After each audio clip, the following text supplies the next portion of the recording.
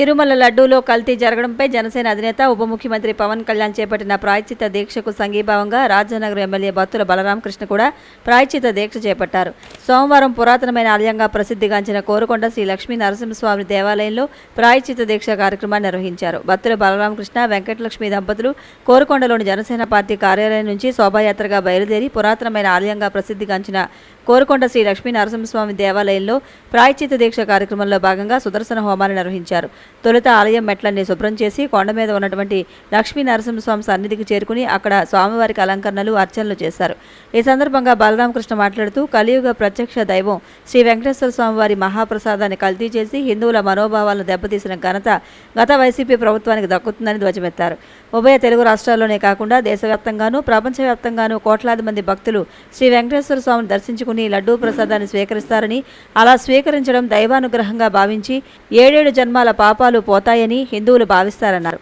ఆ శ్రీవారి లడ్డూ ప్రసాదం విషయంలో జరిగిన అపచారానికి నిరసనగా డిప్యూటీ సీఎం పవన్ కళ్యాణ్ చేపట్టిన ప్రాయశ్చిత్త దీక్షలో తాము కూడా భాగస్వాములై నియోజకవర్గంలో ప్రాయశ్చిత్త దీక్షలు చేపట్టామని బత్తుల బలరామకృష్ణ చెప్పారు. కేంద్రంలో ఎన్డీఏ ప్రభుత్వం ఈ విషయాన్ని సీరియస్గా తీసుకుని విచారణకు ఆదేశించిందని తెలిపారు. తిరుమల తిరుపతి పవిత్రతను కాపాడేందుకు అక్కడి పరిస్థితులను పూర్తిగా ప్రక్షాళన చేయడానికి వెంటనే రాష్ట్రంలోని ముఖ్యమంత్రి చంద్రబాబు, డిప్యూటీ సీఎం పవన్ కళ్యాణ్ల సారథ్యంలో కూటమి ప్రభుత్వం చర్యలు తీసుకుందన్నారు. ఈ కార్యక్రమంలో భక్తులు, కూటమి నాయకులు, కార్యకర్తలు, వీర మహిళలు, భక్తులు, ప్రజలు భారీగా పాల్గొన్నారు.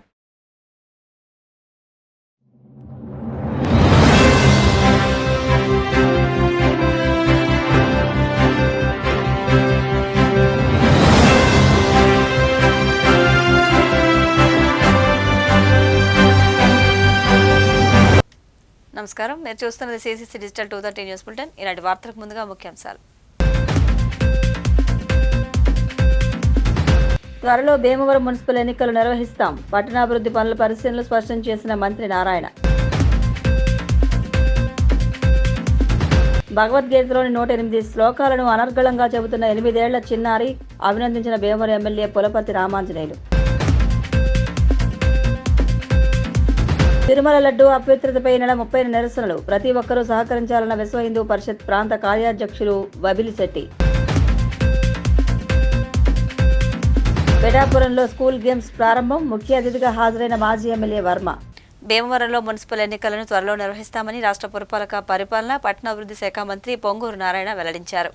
భీమవరంలో మున్సిపల్ ఎన్నికలను త్వరలో నిర్వహిస్తామని, గ్రామాలను అనుసంధానం చేసి ఎన్నికలు సక్రమంగా జరిగేలా చూస్తామని రాష్ట్ర పురపాలక పరిపాలన, పట్టణాభివృద్ధి శాఖ మంత్రి పొంగూరు నారాయణ అన్నారు. పశ్చిమ గోదావరి జిల్లా భీమవరం ఎమ్మెల్యే పులపర్తి రామాంజనేయులు నివాసానికి మంత్రి నారాయణ రావడంతో ఆయనకు ఘన స్వాగతం పలికారు. ఈ సందర్భంగా మంత్రి పి నారాయణ మాట్లాడుతూ మిగతా మున్సిపాలిటీలతో సంబంధం లేకుండా భీమవరంలో ఎన్నికలు చేపడతామని అన్నారు. సకాలంలో లబ్ధిదారులకు టిట్కో ఇళ్లు కూడా అందజేస్తామని, కేంద్ర నిధులు వచ్చేలా కృషి చేస్తామని కార్యక్రమంలో municipal commissioner Ramachandra Reddy, Janasena party జిల్లా అధ్యక్షులు కొటిగలపూడి గోవిందరావు, టీడీపీ రాష్ట్ర నాయకులు మెంటే పార్థసారథి, కోళ్ల నాగేశ్వరరావు తదితరులు పాల్గొన్నారు.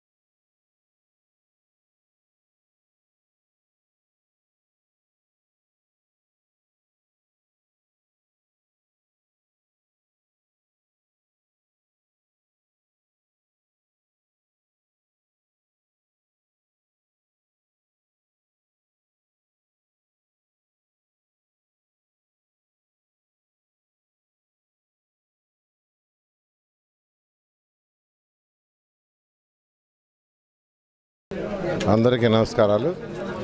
ఈరోజు పాలకుల్లో యాక్చువల్గా మున్సిపాలిటీని విజిట్ పెట్టుకున్నాను.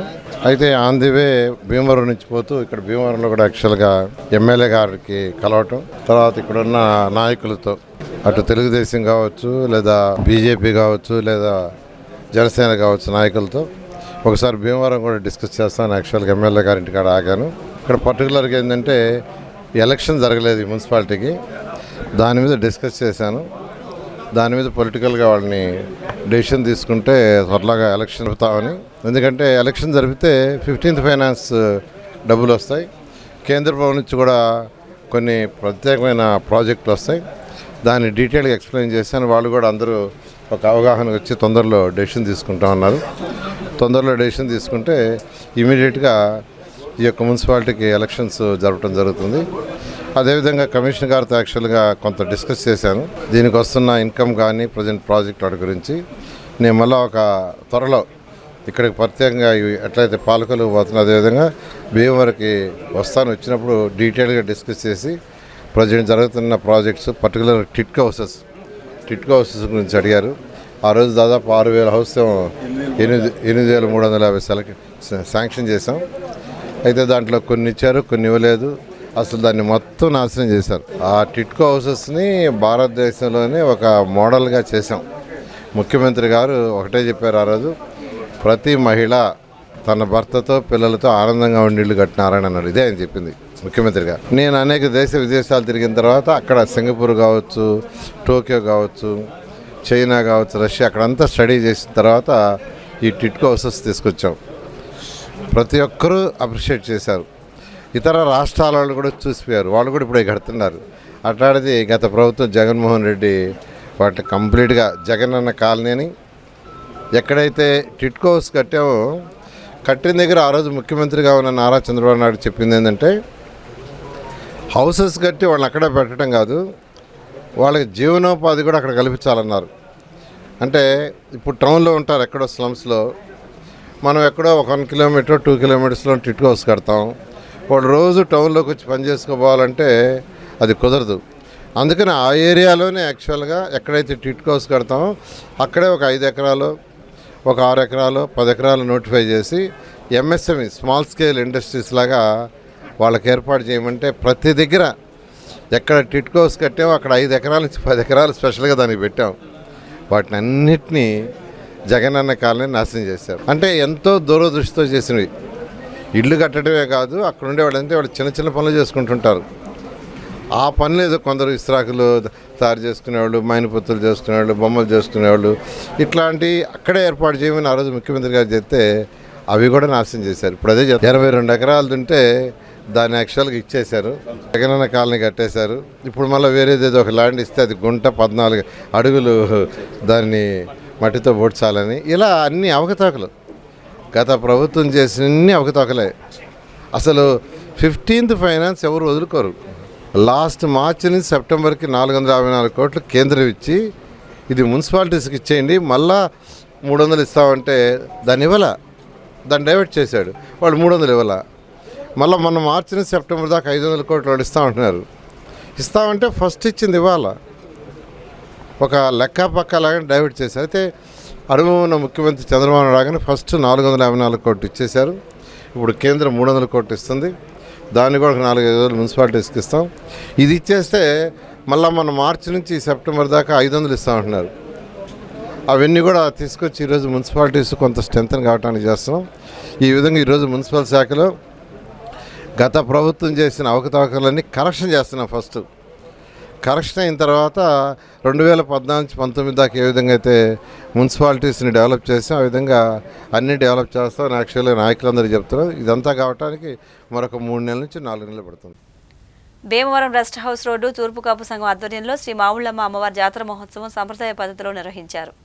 భీమవరం రెస్ట్ హౌస్ రోడ్డు తూర్పు కాపు సంఘం ఆధ్వర్యంలో శ్రీ మావుళ్ళమ్మ అమ్మవారి 64వ వార్షిక జాతర మహోత్సవం ఆదివారం ఘనంగా జరిగింది. ఎమ్మెల్యే పొలపతి రామాంజనేయులు, మాజీ ఎమ్మెల్యే గ్రంథి శ్రీనివాస్ తనయుడు రవితేజ పాల్గొని ప్రత్యేక పూజలు నిర్వహించి జాతరను జరిపించారు. ఈ సందర్భంగా వారు మాట్లాడుతూ అమ్మవారి ఆశీస్సులు ప్రజలందరిపై ఉండాలని ఆకాంక్షించారు. గరగ నృత్యాలు, శక్తి వేషాలు, బాణాసంచా కాల్పుల నడుమ అమ్మవారిని పొరవీధుల్లో ఊరేగించారు.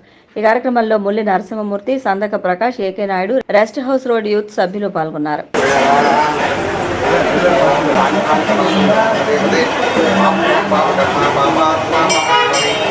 జగన్మాత శ్రీ మావుళ్ళమ్మ తల్లి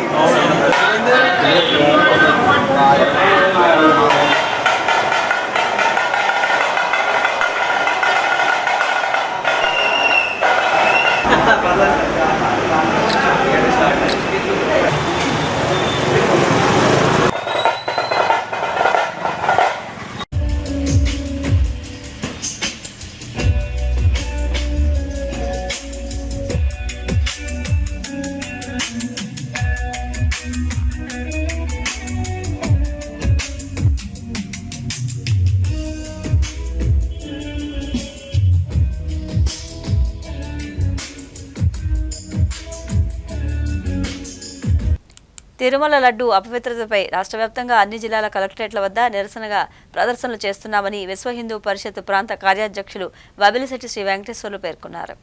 తిరుమల లడ్డు అపవిత్రతపై నెల 30వ తేదీన రాష్ట్ర వ్యాప్తంగా అన్ని జిల్లాల కలెక్టరేట్ల వద్ద నిరసనగా ధర్నాలు చేయనున్నట్లు విశ్వ హిందూ పరిషత్ ప్రాంత కార్యాధ్యక్షులు వబిలిశెట్టి వెంకటేశ్వర్లు తెలిపారు.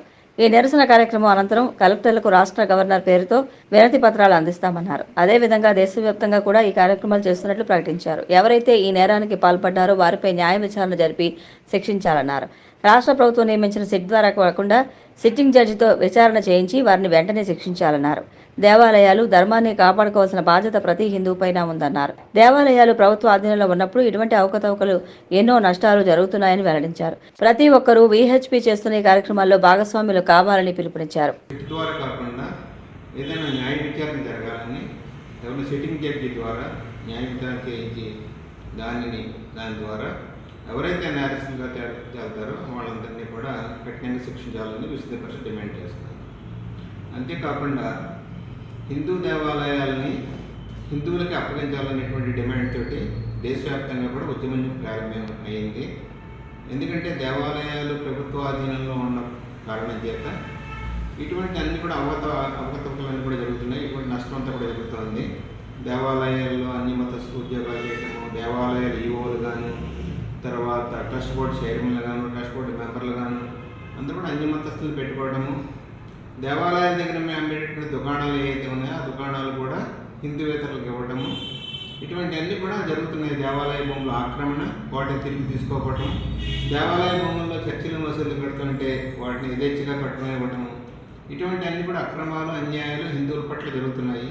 అంచేత హిందూ దేవాలయాలని హిందువులకు అప్పగించాలి అనేటువంటి ఒక డిమాండ్ తోటి దేశవ్యాప్తంగా ఈ నెల 30వ తారీఖున ధర్నా కార్యక్రమం చేపట్టడం జరిగింది.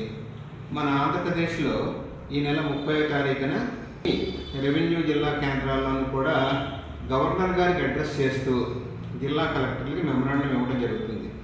మన పశ్చిమ గోదావరి జిల్లాకు సంబంధించి అదే రోజున అంటే ఈ నెల 30వ తారీఖు సోమవారం నాడు ఉదయం 10 గంటలకి జిల్లా కలెక్టర్ గారి కార్యాలయం వద్ద ధర్నా మెమరాండం ఇచ్చే కార్యక్రమాన్ని నిర్ణయించడం జరిగింది.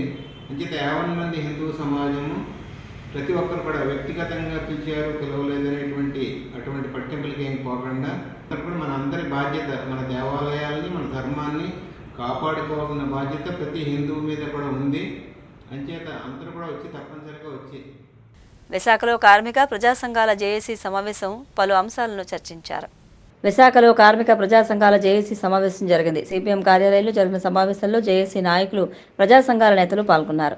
స్టీల్ ప్లాంట్ ప్రైవేటీకరణను అడ్డుకుంటామని బీజేపీ ప్రతినిధులు ప్రచారాలు చేస్తున్నారే తప్ప ఆచరణలోకి తీసుకురావడం లేదని జేఏసీ చైర్మన్ జగ్గునాయుడు ఆరోపించారు. కార్మిక వర్గాన్ని నిర్వీర్యం చేసేలా కుట్రలు జరుగుతున్నాయని ఆందోళన వ్యక్తం చేశారు.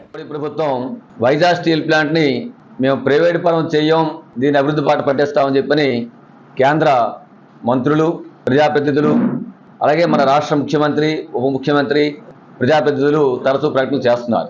ప్రకటనలకి ఆచరణకి పూర్తి విరుద్ధంగా ఉంది. కేంద్ర బీజేపీ ప్రభుత్వం స్టీల్ ప్లాంట్ని రోజు రోజుకి ముంచేసే చర్యలు చేపడతా ఉంది. పూర్తిస్థాయి సామర్థ్యంతో ప్లాంట్ని నడవనివ్వడం లేదు. ఆఫీసర్ల తాలూకా జీతాల్లో కోత పెట్టారు. ఎంప్లాయీస్కి నెలలో 2 సార్లు జీతాలు ఇస్తున్నారు. కాంట్రాక్ట్ వర్కర్స్కి నెల నుంచి 4 నెలల వరకు జీతాలు ఇవ్వడం లేదు. కాంట్రాక్ట్ బిల్లులు చెల్లించడం లేదు. ఆ విధంగా ఉత్పత్తి చేస్తున్నటువంటి మొత్తం శ్రామిక వర్గాన్ని అంతటినీ అర్ధాగలతో మార్చే కార్యక్రమం చేస్తూ ఉన్నారు. రెండో వైపు నుంచి పూర్తి స్థాయిలో అన్ని బ్లాస్ట్ ఫర్నెస్లని నడవనివ్వడం లేదు. ఇది చాలదన్నట్టు ఉన్న మ్యాన్ పవర్ని పూర్తిగా ధ్వంసం చేస్తున్నారు ఈరోజు. ఇప్పటికే వైజాగ్ స్టీల్ ప్లాంట్లో అవసరానికి కన్నా తక్కువ మ్యాన్ పవర్ ఉంది. 19,000 మంది అవసరం అయితే 12,700 మాత్రమే ఉన్నారు. వాళ్ళు 2,000 మందిని వీఆర్ఎస్ బయటకు నెట్టాలని ప్రయత్నం చేస్తున్నారు. మరో 500 మందిని నగర్నార్ కంపెనీకి బదిలీ చేయడం కోసం ఆల్రెడీ ఇంటర్వ్యూలు నిర్వహిస్తున్నారు. మరో 14 మంది వచ్చే సంవత్సరం కల్లా రిటైర్ అయిపోతారు. అంటే ఉన్న ఎంప్లాయీస్ ని తగ్గించే కార్యక్రమాన్ని పూనుకుంటున్నారు. మరో దారుణమైన విషయం ఏంటంటే స్టీల్ ప్లాంట్ లో పర్మనెంట్ ఎంప్లాయీస్ తో సమానంగా పనిచేస్తున్నటువంటి ఉత్పత్తిలో కీలకంగా భాగస్వాములు అవుతున్నటువంటి కాంట్రాక్ట్ కార్మికుల్ని ఉన్న పలంగా 4,070 మందిని గేటు పోస్టులు లాగేసుకున్నారు. నిన్న లేదు మొన్న 4,70 మంది ఒకేసారి బయట నెట్టాలని ప్రయత్నం చేశారు. దీంతో కాంట్రాక్ట్ కార్మికులు ఉక్కు పరిశ్రమ పోరాట కమిటీ ఆగ్రహంతో పెద్ద ఎత్తున ఆందోళన సిద్ధపడితే దీన్ని గమనించినటువంటి ప్రభుత్వం వెనక్కి తగ్గి మొత్తం అందరినీ మళ్ళీ లోపలికి విధుల్లో తీసుకుంది. దీన్ని తొలగించాలని కుట్రలు మాత్రం చేస్తూ ఉంది. ఇది పూర్తిగా అయిపోలేదు, తొలగించే కుట్రలు చేస్తూ ఉంది. మనందరికీ తెలుసు, ఆంధ్రప్రదేశ్లోని అతిపెద్ద పరిశ్రమ విశాఖ ఉక్కు పరిశ్రమ. దీని మీద లక్షలాది మంది డైరెక్ట్గా ఇండైరెక్ట్గా దాంట్లో భాగస్వాములై పనిచేస్తున్నారు.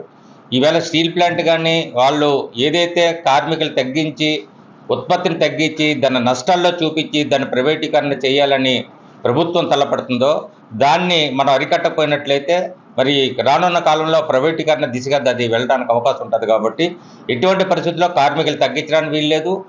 ఏదైతే 3 బ్లాస్ట్ ఫర్నెస్లు 3 నడవాలి. ఏదైతే ఉత్పత్తికి సామర్థ్యం గల కార్మికులు ఉన్నారో ఆ కార్మికులు పూర్తి స్థాయిలో ఉండాలి. అలా ఉన్నప్పుడే పూర్తిగా దాన్ని ప్రైవేటీకరణ జరగకుండా ఉంటుంది. కాబట్టి గవర్నమెంట్ కేంద్రం ఏదైతే కేబినెట్ నిర్ణయం తీసుకున్న ప్రైవేటీకరణ చేస్తానని చెప్పిందో దాన్ని విరమించుకొని దాన్ని ప్రైవేటీకరణ చేయమని చెప్పి వాళ్ళు చెప్పాలి. లేదా దాన్ని శైలిలో విలీనం చేస్తే అది రెండో దీనిగా ఉంది. కాబట్టి విలీనం చేస్తానని చెప్పి కేంద్ర కేబినెట్ నిర్ణయం తీసుకొని చెప్పినంత వరకు కూడా మా ఈ పోరాటం కంటిన్యూ జరుగుతుందని చెప్పేసి రాష్ట్రంలోని వివిధ నగరాలు, పట్టణాల్లో ఉన్న టిడ్కో గృహాల సముదాయాల పరిస్థితిపై శ్వేతపత్రం రూపొందించి త్వరలోనే విడుదల చేస్తామని ఏపీ టిడ్కో చైర్మన్ వేములపాటి అజయ్ అన్నారు. రాష్ట్రంలోని వివిధ నగరాలు, పట్టణాల్లో ఉన్న టిడ్కో గృహాల సముదాయాల పరిస్థితిపై శ్వేతపత్రం రూపొందించి త్వరలోనే విడుదల చేస్తామని ఏపీ టిడ్కో చైర్మన్ వేములపాటి అజయ్ కుమార్ తెలిపారు. కాకినాడ జిల్లా పిఠాపురంలోని టిడ్కో అపార్ట్మెంట్లను మున్సిపల్ కమిషనర్ కనకారావుతో కలిసి అజయ్ కుమార్ పరిశీలించారు. ఈ సందర్భంగా ఆయన అపార్ట్మెంట్లో ఉన్న లోపాలను, సమస్యలను అడిగి తెలుసుకున్నారు. ఈ కార్యక్రమంలో జనసేన పార్టీ పిఠాపురం నియోజకవర్గ ఇన్ఛార్జ్ మర్రెడ్డి శ్రీనివాస్, నాయకులు పంచకల రమేష్, శశి యాదవ్, పిల్లా శివశంకర్, మార్నిడి రంగబాబు తదితరులు పాల్గొన్నారు.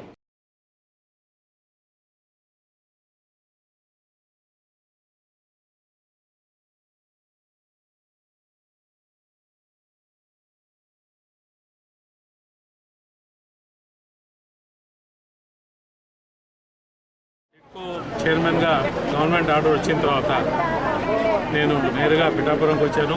పిఠాపురంలో ఇక్కడ ఈ టిడ్కో హౌసెస్ని ఒకసారి చూస్తాము, ఏ స్టేజెస్ ఉన్నాయని వచ్చాం. రాగానే ఇక్కడ సమస్యల వెలువ వచ్చింది. సరిగ్గా కన్స్ట్రక్షన్ క్వాలిటీ బాగాలేదని, అన్నీ రెడీగా ఉన్నప్పుడు హ్యాండ్ ఓవర్ చేయట్లేదని, హ్యాండ్ ఓవర్ చేసిన వాటికి ప్రాబ్లమ్స్ ఉన్నాయని, చుట్టుపక్కల లైటింగ్ కానీ లేదు ఈ రోడ్లు కానీ సరిగ్గా లేవని ఇటువంటివి చాలా వచ్చాయి. వీళ్ళకి ఒక మాట ఇచ్చాను, అధికారులతో సమీక్షిస్తాం. 2 వారాల టైంలో అసలు వీటి గురించి అన్ని నిజాలు తెలుసుకొని ఎవరికైతే కాంట్రాక్ట్ ఇచ్చామో ఆ కాంట్రాక్ట్ వాళ్ళని కూడా పిలిపించి ఇదే స్థానంలో కూర్చొని అందరం ప్రజా సమస్యలు విని ఏ విధంగా పరిష్కరించాలో ప్రజల ముందనే డిసైడ్ చేసి ఎవరైతే కమిట్ చేస్తారో ఆ కమిట్మెంట్ని వాళ్ళు కూడా కీపప్ చేసేటట్టు ఖచ్చితంగా వెనకబట్టి చేయించుకుంటామండి. సో మాకు పవన్ కళ్యాణ్ గారు ఈ టిడ్కో చైర్మన్షిప్ ఇచ్చినప్పుడు ప్రజలకు మేలు చేయండి అని చెప్పి మాట చెప్పారు. ఒకటే మాట అన్నారు. ఆ పదంలోనే మేము అందరూ ఒక వైట్ పేపర్ రిలీజ్ చేస్తామండి. అసలు టిడ్కో దేశం అంటే మన రాష్ట్రం మొత్తం మీద టిడ్కో ఇళ్ళ పరిస్థితి ఏంటి, ఎందువల్ల ఆగిపోయినాయి, దాని యొక్క కారణాలు ఏంటి, మున్ముందు మనం ఏ విధమైన చర్యలు తీసుకుంటే వీటిని కంప్లీట్ చేయొచ్చు, వీటిని అన్నిటి కూడా వైట్ పేపర్ చేస్తాము. త్వరలోనే అవుతుంది. అంతవరకు కొంచెం రాష్ట్రంలో క్రీడాకారుల ప్రోత్సాహానికి ప్రభుత్వం అధిక ప్రాధాన్యతనిస్తోందని పిఠాపురం మాజీ ఎమ్మెల్యే వర్మ వెల్లడించారు. రాష్ట్రంలో క్రీడల అభివృద్ధికి, క్రీడాకారుల ప్రోత్సాహానికి ప్రభుత్వం అధిక ప్రాధాన్యత ఇస్తోందని టీడీపీ రాష్ట్ర అధికార ప్రతినిధి పిఠాపురం మాజీ ఎమ్మెల్యే వర్మ పేర్కొన్నారు. కాకినాడ జిల్లా పిఠాపురం ఆర్ఆర్బీహెచ్ఆర్ ప్రభుత్వ జూనియర్ కళాశాల ఆవరణలో నిర్వహించిన ఉమ్మడి తూర్పుగోదావరి జిల్లా స్కూల్ గేమ్స్ పోటీలను మాజీ ఎమ్మెల్యే వర్మ ప్రారంభించారు. అనంతరం వర్మ మీడియాతో మాట్లాడుతూ విద్యార్థులు చదువుతో పాటు క్రీడల్లోనూ రాణించాలని అన్నారు. ఈ కార్యక్రమంలో కళాశాల ప్రిన్సిపల్ కేశవరావు, ఉమ్మడి తూర్పుగోదావరి జిల్లా రగ్బీ అసోసియేషన్ చైర్మన్ వెయ్యపు రామన్నరాజు తదితరులు పాల్గొన్నారు.